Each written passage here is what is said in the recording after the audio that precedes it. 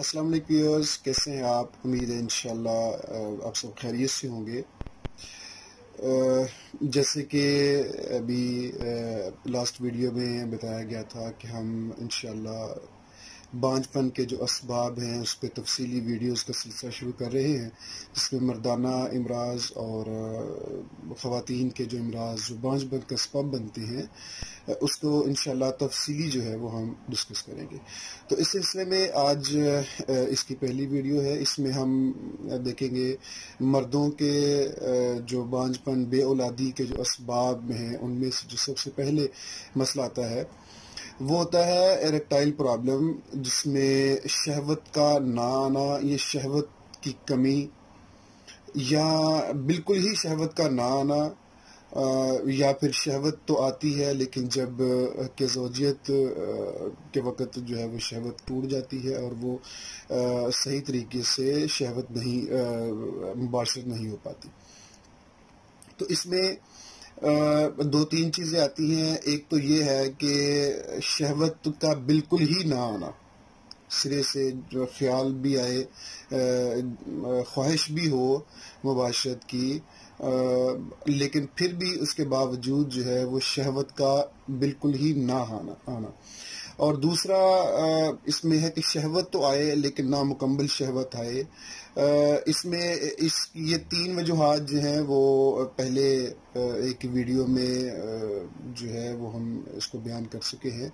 تو دوسری وجہ ہے کہ نامکمل شہوت آنا، تناؤ مکمل نہ آنا۔ اور تیسری جو وجہ ہے وہ یہ ہے کہ شہوت اتنی زیادہ آئے کہ ایک تو کنٹرول سے باہر ہو، اور دوسرا یہ ہے کہ اس سے شہوت تو زیادہ آئے لیکن جو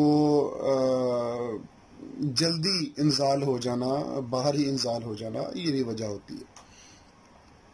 تو ایک تو یہ ہے، اس میں میں چند چیزیں ایسی ہیں جو بتانا کچھ ضروری سمجھتا ہوں، جو آج کل کے دور میں بہت سی غلط باتیں مشہور ہیں، اور جو بہت سے مسائل آج کل کے نوجوانوں میں دیکھنے میں آتے ہیں وہ یہ ہیں کہ شادی سے پہلے اکثر جو یار دوست ہوتے ہیں یا جو قریبی جو ملنے جلنے والے دوست ہوتے ہیں وہ کہتے ہیں جی کہ گرم چیزوں کا استعمال کرو، فلاں چیزیں کھاؤ، انڈے زیادہ استعمال کرو یا گوشت زیادہ استعمال کرو تو اس سے جو ہے وہ بہت زیادہ بہتر ہو جائے گا۔ تو ایک تو بات پہلی یہ ہے کہ جو لوگ اس چیز کو بہت زیادہ ذہن پہ سوار کر لیتے ہیں، شادی کے ہونے کے قریب ہوتا ہے اور وہ ذہنی طور پہ بہت پریشرائز ہوتے ہیں اور گرم چیزوں کا استعمال کرتے ہیں، تو اس سے بھی شہوت ٹوٹ جاتی ہے اور بعض اوقات نامکمل شہوت کا مرض آ جاتا ہے۔ اور ہوتا یوں ہے کہ زیادہ گرم چیزیں کھانے سے صورت انزال کا مرض آ جاتا ہے، اور چند دنوں کے بعد یا چند ہفتوں کے بعد شہوت جو ہے وہ بہت کم ہو جاتی ہے۔ تو اس میں اور کچھ لوگ منشیات کا سہارا لیتے ہیں، جو کہ انتہائی غلط ہے اور انتہائی نامناسب ہے اور صحت کے لیے بھی بہت زیادہ نقصان دہ ہے۔ اگر کوئی مسئلہ آپ محسوس کرتے ہیں، اگر آپ سمجھتے ہیں کہ کوئی مسئلہ ہے صحت کے متعلق یا شادی سے پہلے کچھ غلط عادتوں میں آپ مبتلا رہے ہیں یا کوئی اس طرح کا مسئلہ تھا، تو آپ بہتر تو یہ ہوتا ہے کہ آپ چیک اپ کروائیں، اور چیک اپ کے بعد اس کا ایک مناسب حل جو ہے وہ آپ تلاش کریں اور اچھے سے اس کی ٹریٹمنٹ کرائیں۔ میرے پاس جو اکثر جو نوجوان لڑکے آتے ہیں اس سلسلے میں، تو میں ان کو یہی کہتا ہوں کہ شادی سے کم از کم 3 سے 4 ماہ پہلے جو ہے وہ سب سے پہلے آپ تو اپنے سپرم ٹیسٹ کروائیں، اور 3 ماہ سے 4 ماہ پہلے اپنا مکمل جو ہے وہ علاج کروا لیں، تاکہ کوئی کسی قسم کا کوئی مسئلہ، کوئی پریشانی جو ہے وہ نہ ہو، اور اچھے طریقے سے حق زوجیت بھی ادا ہو اور خوشگوار زندگی جو ہے وہ گزاری جا سکے۔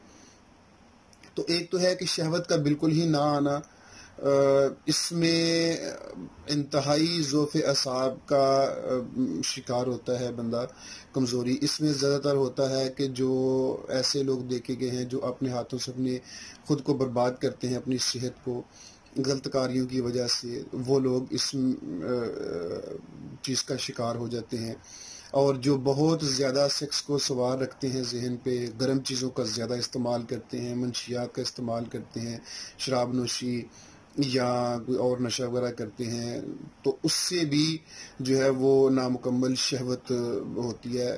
اگر نشہ کرنے سے وقتی طور پہ شہوت کی زیادتی ہو بھی جائے، لیکن بعد میں جیسے اگر بغیر نشے کے آپ اپنی وائف کے پاس جائیں گے تو نامکمل شہوت بھی ہوگی اور شرمندگی کا بھی جو ہے وہ باعث یہ چیز بنے گی.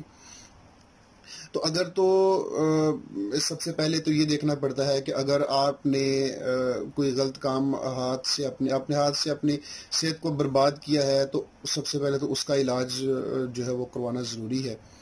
کیونکہ ایسے بھی پیشنٹ میرے پاس آئے ہیں جن کے 80% سپرم کاؤنٹ تھے، لیکن اولاد کی دولت سے وہ محروم تھے. تو ان کو جب شہوت کے لیے جو ہے وہ طاقت کی میڈیسن دی گئی تشخیص کے بعد، تو وہ الحمدللہ اللہ پاک نے رحم کیا، کرم کیا اور حمل جو ہے وہ ٹھہر گیا.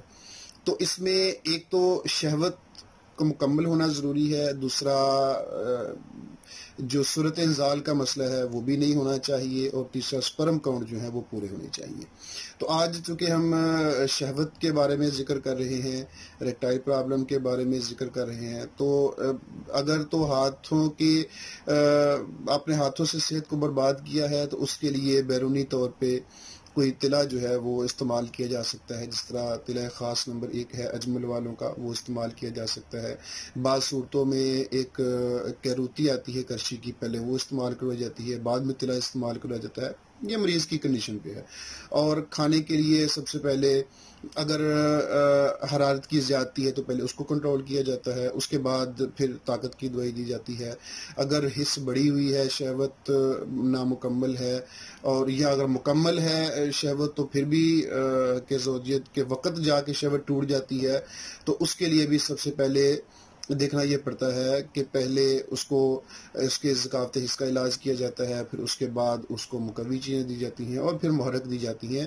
اس طریقے سے مریض جو ہے وہ مکمل طور پہ ٹھیک ہو جاتا ہے. تو یہ تو شہوت کے متعلق ہو گیا. 3 چیزیں، ایک تو بالکل نہیں شہوت آتی، وہ بھی آپ اس کو بھی بے اولادی کا ایک سبب سمجھ سکتے ہیں، اور نامکمل شہوت بھی ہے، اور جو ہے وہ شہوت تو مکمل آئے لیکن جب کہ زوجیت کرنے کے وقت جو ہے عین وقت پہ شہوت کا ٹوٹ جانا.